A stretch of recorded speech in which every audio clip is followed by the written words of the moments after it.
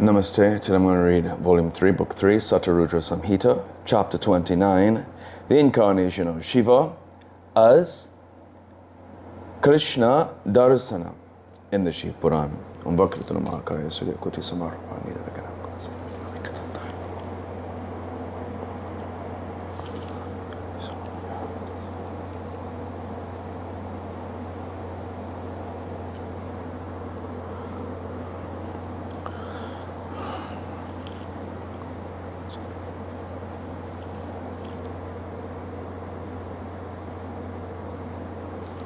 Hari Om Tat Sat. Nandishvara said, O Sanat Kumara, listen to the description of the great incarnation of Shiva, the excellent Krishna Dharsana, who gave perfect wisdom to Nabhaga.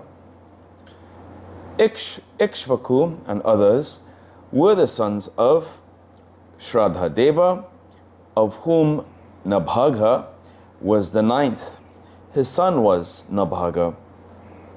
Ambarisa was his son, who was a devotee of Vishnu, with whom the sage Durvasas was much pleased due to his devotion for Brahmins. O sage, the grandfather of Ambarisa was Nabhaga, to whom Shiva imparted perfect knowledge. Listen to his story.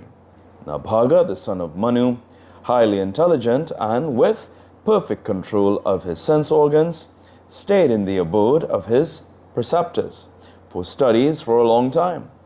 During this interval, Ikshvaku and other sons had their due shares in the property without leaving any share for Nabhaga. At the behest of their father, the shrewd sons took their shares and enjoyed the kingdom without any misery. They were fortunate. After learning the Vedas with their sections and subsections in due course, the Brahmacharin Nabhaga returned. O sage, on seeing his brothers, Ikshvaku and others having taken their shares, Nabhaga, desirous of his share, told them affectionately. Nabhaga said, O my brothers, you have taken your shares duly without leaving anything for me. I have now come for my share. Please give me mine. Then we had forgotten to allow your share. We shall certainly do it now. Our father is your share. Take him. On hearing the words of his brothers, Nabhaga was surprised. He approached his father and said, Nabhaga said, O father, my brothers have taken their shares, leaving me out. I had been to the preceptor's abode for study as a student. When I returned, I asked them to allot my share. They replied that you are my share. I have now come for that purpose. Nandishvara said, O sage, on hearing his words, his father, Shraddha Deva, was surprised. He consoled his son, who was devoted to truth and virtue. Manu said, O dear, do not pay heed to what they said. It was only to deceive you. I am not a share by any means, an instrument of enjoyment. Still, since I have been given as a share by the deceitful persons, I shall tell you the means of livelihood. Hear attentively.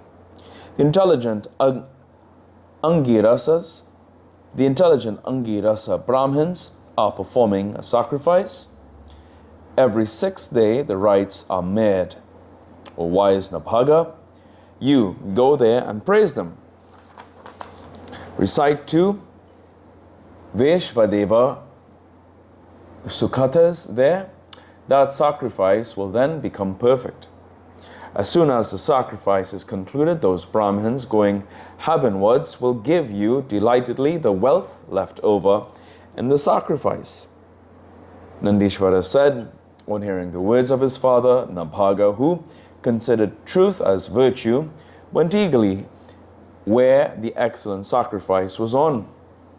O sage, in that sacrifice during the diurnal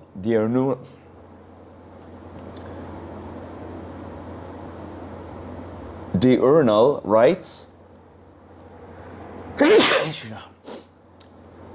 O sage, in that sacrifice during the diurnal rites, the intelligent son of Manu recited two Vesvadeva Suktas clearly.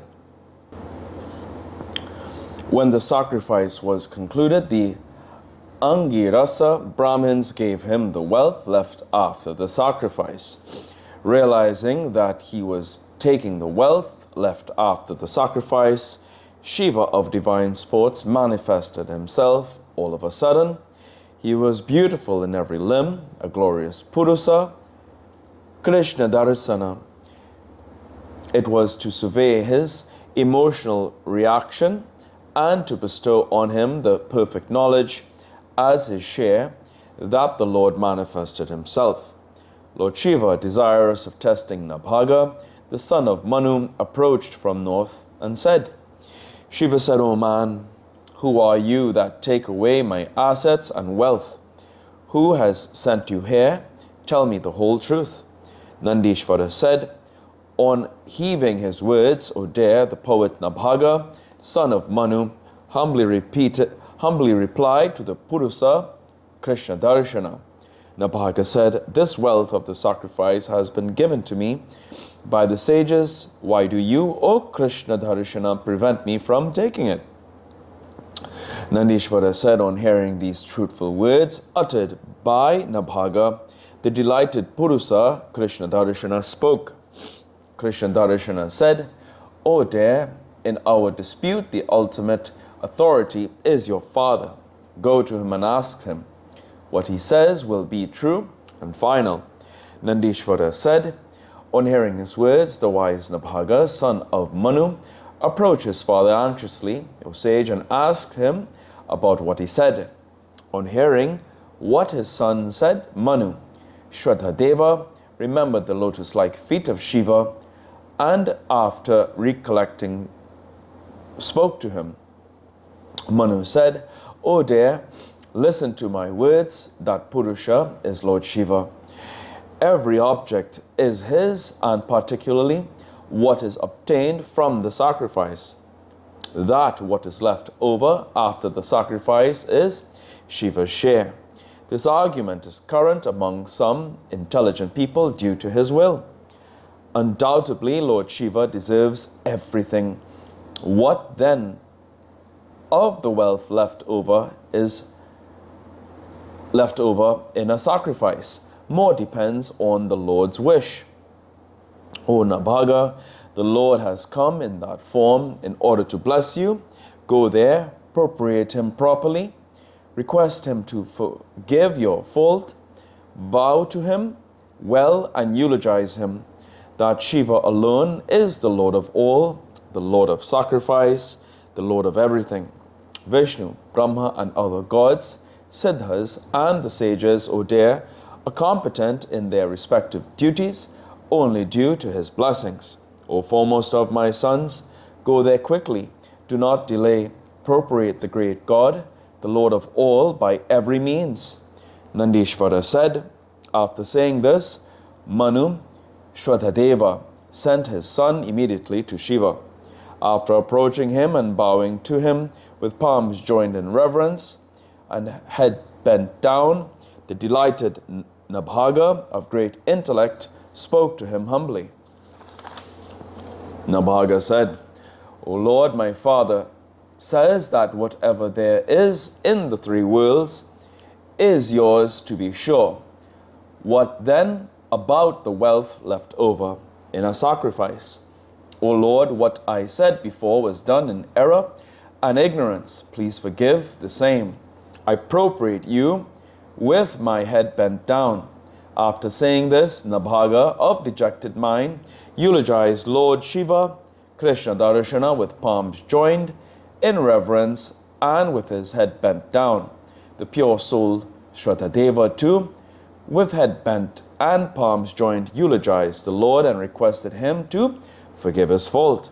In the meantime, Vishnu, Brahma, Indra, and the gods Siddhas and the sages came there. They were jubilant. They joined their palms in reverence. With great devotion, they severely bowed down and eulogized. Then the delighted Rudra, Krishna Dharshana, glanced at them with sympathetic eyes and smilingly spoke to Nabhaga. Krishna Dharshana said, "What your father said is virtuous and true. You too spoke the truth. Hence you are good. There is no doubt in this. Hence I am delighted with your holy rites. Sympathetically, I am conferring on you the eternal Brahman, the perfect knowledge. Be great and wise, O Nabhaga, along with the Brahmins immediately. Take all this wealth granted by me out of compassion. O intelligent one, enjoy all pleasures without any aberration. By my grace, you will attain the good goal along with the Brahmin sacrifices." Nandishvara said, "O dear, after saying this, Lord Shiva, favorably disposed to truth, vanished there itself, even as all were watching. Vishnu, Brahma, the gods, and all others, O excellent sage, went to their respective abodes after joyously bowing to that direction. Shraddhadeva, too, accompanied by his son, went joyously to his abode. After enjoying extensive pleasures, he went to Shiva's city in the end. Thus, O Brahmin, the incarnation of Shiva, named Krishna Darshana, bestower of bliss on Nabhaga, has been narrated to you.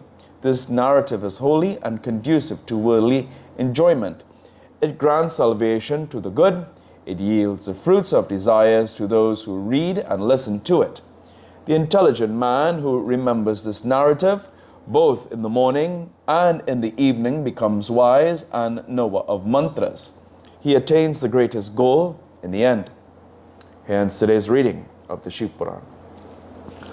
Om Prabhu Prananatam Vivum Veshwanatam Jagannatanatam Sarananta Pachan Buddhiktam Veshwanam Bhutanatam Om Kapura Karum Karanam.